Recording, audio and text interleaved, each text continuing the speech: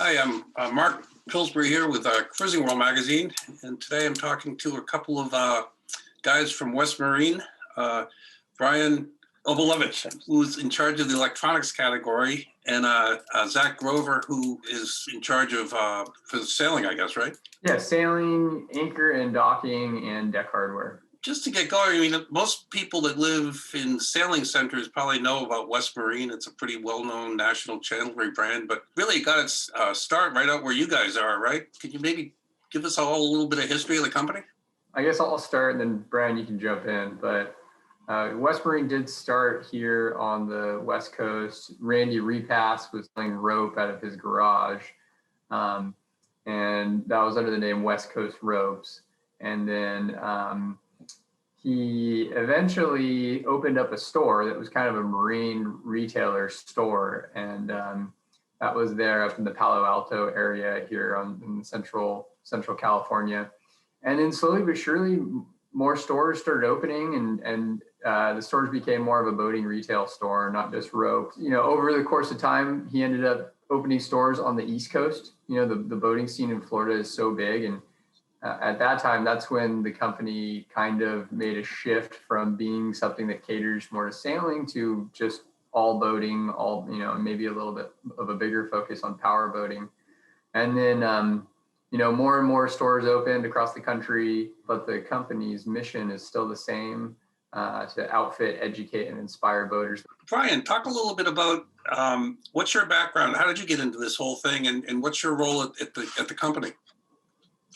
Well, I am the category manager of the electronics department, and I've been with West Marine for about 7.5 years. I've always been in kind of the outdoor retail. I started my career after school with Sports Authority in Denver, Colorado, and then worked for a number of years in San Francisco with the North Face before coming down to Monterey and Watsonville to work with West Marine. And really it's just the passion for the product and getting outside and using it.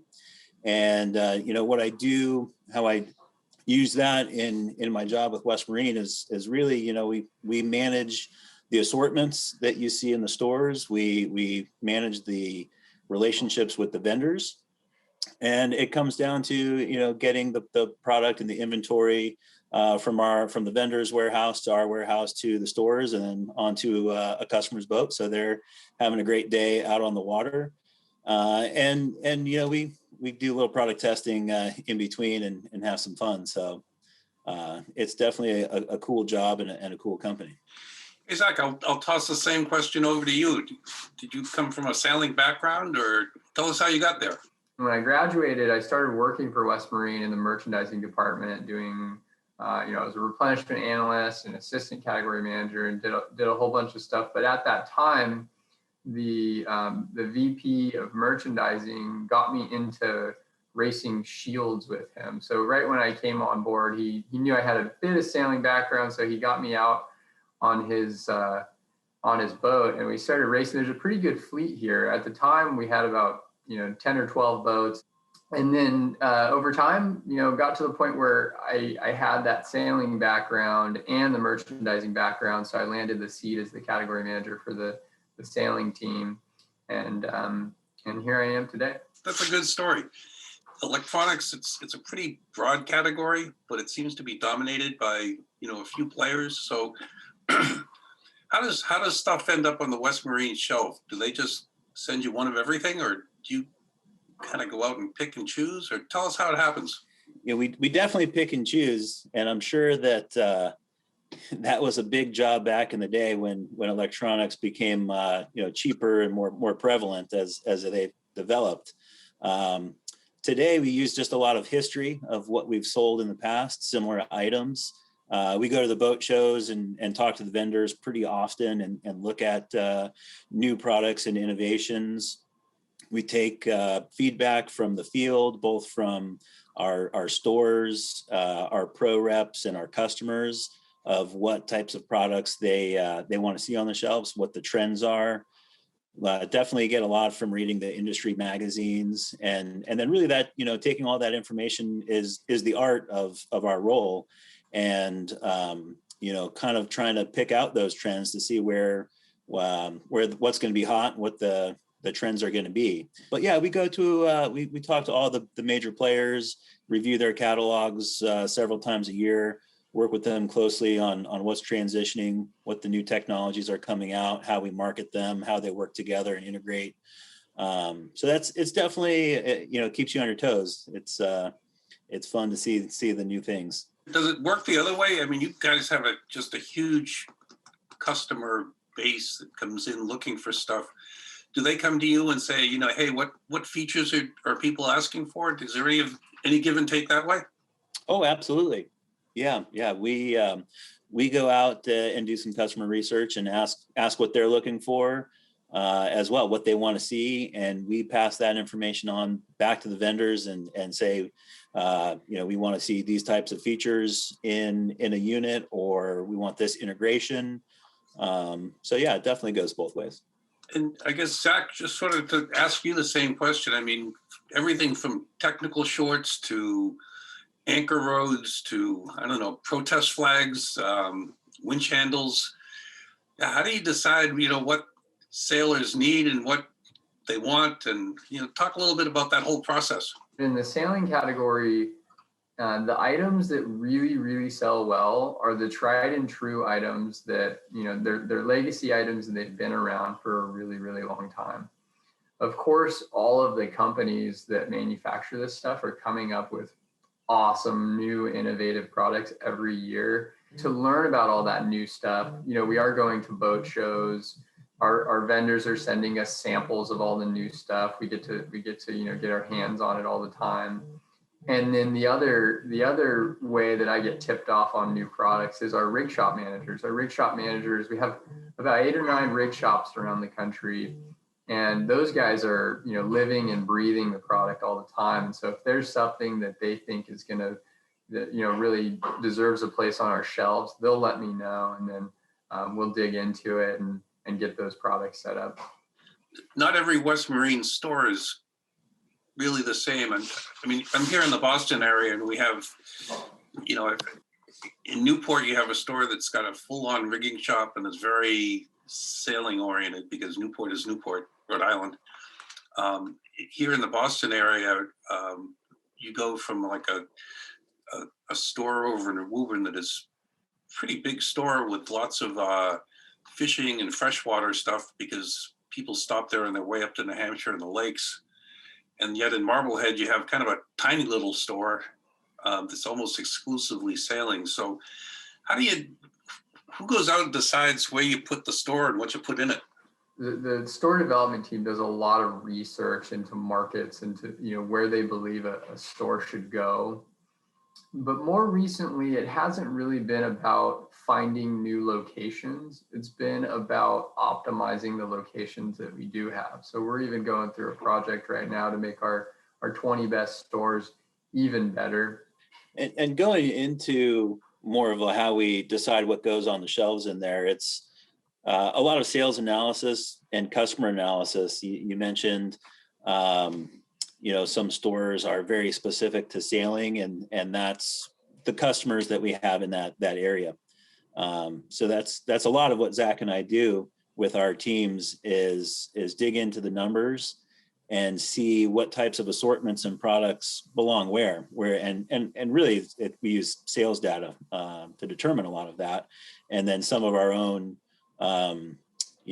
leaps of faith to say if the customers are buying these types of items, they'll probably also be using these other types of items. If they're sailors, they're going to be using, they're going to be out on their sailboats buying sailing type items, and hopefully not inland fishing type of items, or deep sea fishing type of items. So we get a lot of information back from the stores as well, from customers saying we want these types of units. Yeah, that's the other amazing thing, is just how much data we have about the boating industry in the different regions, because we've been around for so long and we've been collecting it. So it's really easy for us to make a determination on whether a store should be more, centered around fishing and powerboating, or more centered around, sailing, because the numbers really tell a true story. So if I have a little sailboat on a lake in the middle of bass country and I need a sailing part, I go to my West Marine store, and you mentioned earlier a special order system. Tell me a little bit of how that works. Any part that you order online can be shipped direct to a store. So, and then, in a lot of cases, that's a really smart thing to do, because West Marine will pay the shipping. So if it's a big item, maybe a boom or a pole or something like that, it will be shipped to that store for free, and then you can go pick it. And nearly the entire West Marine catalog is available through the website. And then on special orders, there's a lot of items that all these manufacturers are doing that, we only sell one or two of a year, because they're so, intricate and complex that they don't, it's not something that's specific to many, many different boats. Those items we can, on a whim, set up, manage, and facilitate a transaction between that vendor and get that product to you as quickly as possible. The e-commerce has been growing for a number of years now, and over the last year especially has just been off the charts. As we're sitting here virtually, it's an important part of life in 2021. But yeah, the website is a great resource to find all of our SKUs, and the stores are a great resource as well. The store staff is excellent, and they're trained up. They should be able to help you find whatever you need and the best way to get it to you. Back in the day when I used to get my annual print catalog, I really liked the West Advisor. You guys had a whole team that would, compare products and what was the best one to use. Is that all available online? And where do you go about finding it? All of those articles do still exist, and they're still extremely relevant. And you can just go to westmarine.com/westadvisor and access them. The great thing is they're still extremely relevant. I go on there sometimes and learn how to do a splice on 3-strand, and it's great that all of that sort of stuff is available on our website all the time. You guys kind of sit at the leading edge of what's going on, Brian. What are the electronics products that we're going to be seeing this summer, next fall at the shows that you're kind of excited about? Give us a sneak preview of the good stuff. The good stuff. Overall, the trends that we're seeing, just like your TV and your phone, is bigger. So we're getting bigger screens and connectivity. So your whole system is really connected through wireless technology to make it easier to install. So on the connectivity front, we have the wireless wind vanes, which makes it a lot easier to install without running new cables up the mast. The whole system you can connect to your phone or your iPad and have a screen repeater. So if you're down below, you can grab your phone and check on the instruments. If you're at anchor, you can check if you're dragging, things like that. If you're up on the bow of the boat, there's some new Garmin handheld GPS units that connect into your system. You can check the instruments, check your speed, check your heading. You can do that on your watch nowadays. A lot of really cool connectivity items.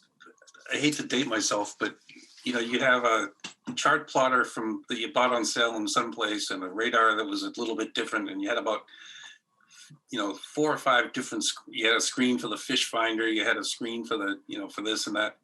It's really, now it's all sort of being an integrated system, usually from one vendor, right? So you pick your flavor, and then you kind of go in that, stay in that channel. A lot of people do that. The vendors all have some proprietary software and systems that make their own brands work together better and have some features, but it's not necessarily always the case that you have to have all the same vendor. But like you said, nowadays you have your radar, your chart plotter, everything all in one unit. You don't have to have standalone products, and the systems are definitely integrated much better. They're compact. We're getting screen sizes that are bigger, but the units themselves are more compact. And then through the the NEMA 2000 protocol, you can share all that data across the network and access it anywhere on the boat. So a lot of really cool technology. I think back to the West Advisors, it's the getting yourself familiar on how to use them, how to use your own system to the best of its features and abilities there. But they're coming out with new products every year, which are faster. The screens are brighter. You can, touch screens. You can touch them with wet fingers, no problem. They still work. The B&G is coming out with, they have a new product that just launched called the Nemesis, which is a 9-inch and a 12-inch instrument. It used to be that all the instruments were the 4-inch, gauges, 4-inch square clusters.